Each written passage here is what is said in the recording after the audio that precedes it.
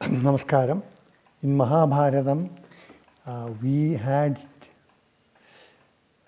started the story of the churning of the milk ocean that came in as a result of questions by sage Shaunaka to Sura. We started with the story of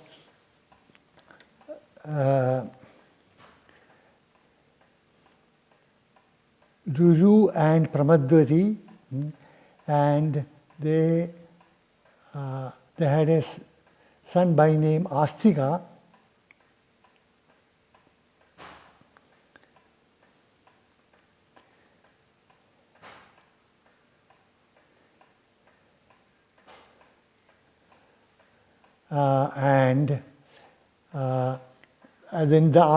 And it was said that Astika would save the serpents from Sarpajna.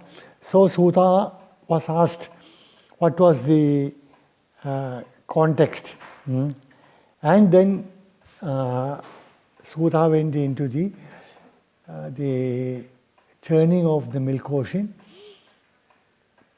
and we shall continue from there. One correction, sorry, it was a confusion in my mind. Vaishampayana was Vyasa's disciple, not son. Vyasa's known son is only Sri Sukabrahmarishi. And Vaishampayana was the person who first narrated the Mahabharata story as he heard from his guru, Vedavyasa.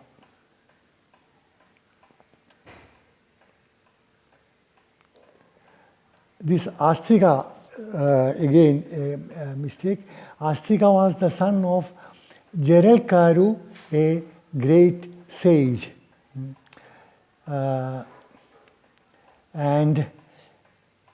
Jeralkaru was a sage of great meditation, and some of the qualities of great sages, it is listed repeatedly in the Puranas, also in Mahabharata.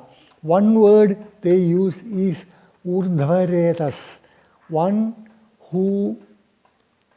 whose flow of semen is not downward but upward. That means they have so much control of their body and of what goes out of it, like semen. They have so much control that they can direct it any way they like it, hold it for as long as they want. These are the meaning of urdhvaretas. And sudridhavrata, someone who sticks to the vows, the disciplines he has undertaken. That is Sudridhavrata.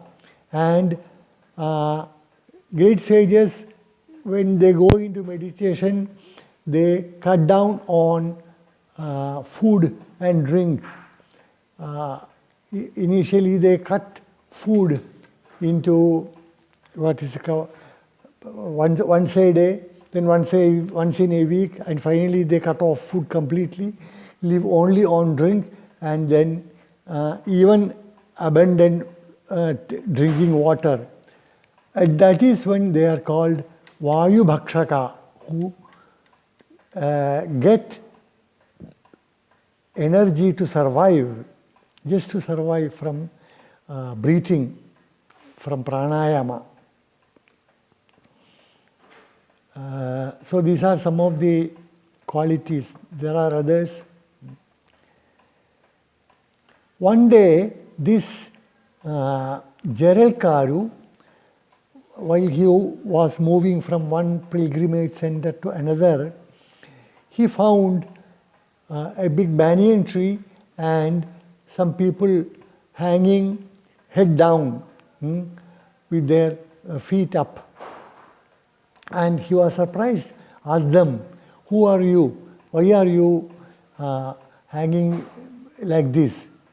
And they mentioned that they are the ancestors of Gerald Karu, and it is because they are hanging like that because they can't go to heaven, because Gerald Karu refuses to marry and get children.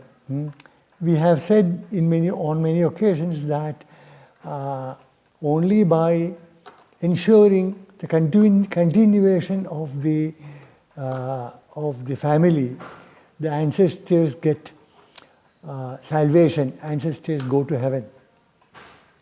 In this context, another concept repeated in Puranas, we are all born with indebtedness, debt to a few. One is first to gods. We are born with indebtedness to gods. That's because gods sustain us. We have mentioned that it is because the rains come down that the plants sprout, and the people and plants and animals have enough food to take. That is indebtedness to gods, and that is repaid by doing havans, yajnas and all that. Second is indebtedness to our ancestors, because we are there thanks to them. Our fathers, we are indebted to our father because he has produced us, and he to his grandfather. So in general, we are indebted to our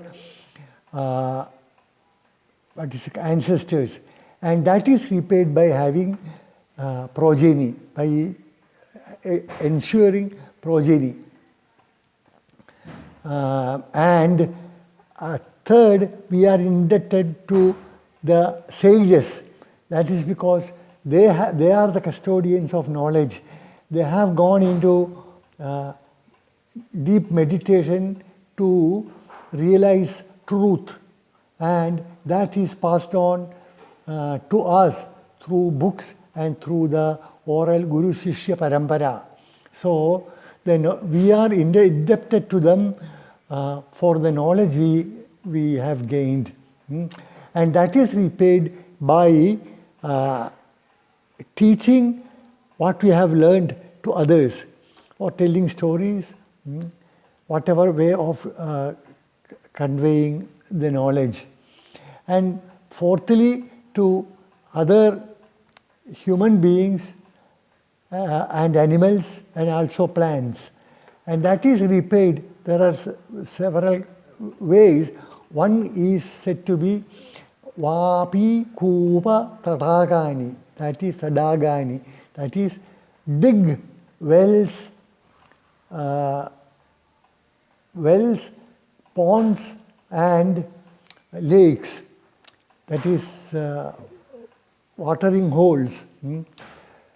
These help a larger number of people, not only for the help the people the one who has dug them, but also to the entire community.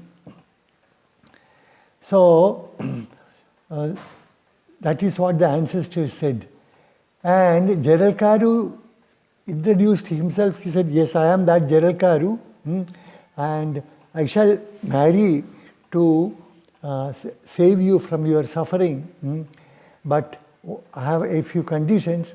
One is that I shall name only a wife with the same name, my name, Gerald Karu. Secondly, she should be given to me as bhiksha, as alms. That is, there should be no other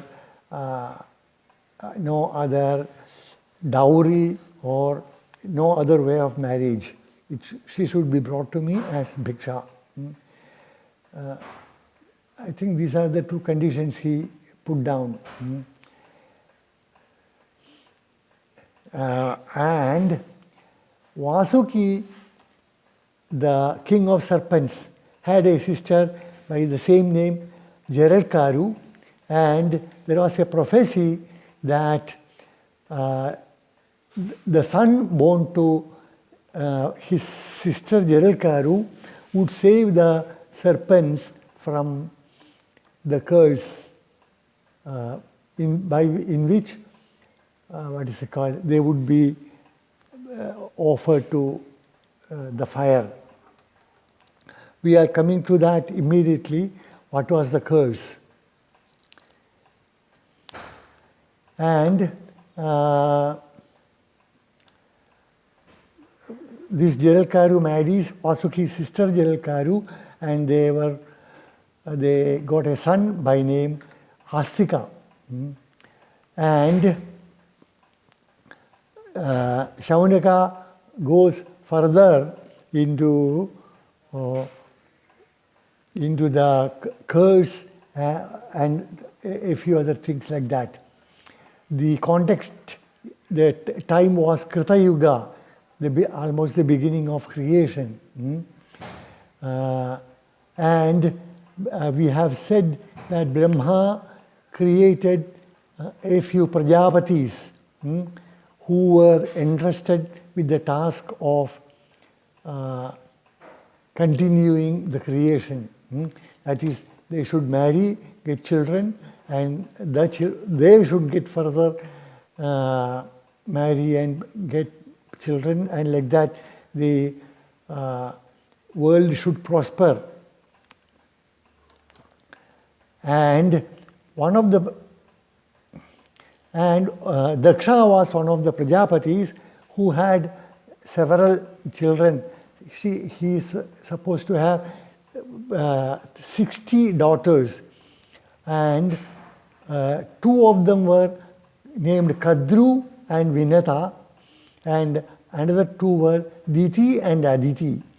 The Kadru produced 1,000 serpents, and Vinata produced 2 eagles as sons. We will continue with their details tomorrow, next day. And this Diti was the mother of the Devas, and Aditi was the mother of, Diti was the mother of Asuras, the demons, and Aditi was the mother of the gods, Adityas. And we shall continue with the story next day about the Kadru and Vinata, how they got into a bet, and also to the Amrita Mathana, the churning of the Milky Ocean to get Amritam, the elixir. Namaskaram.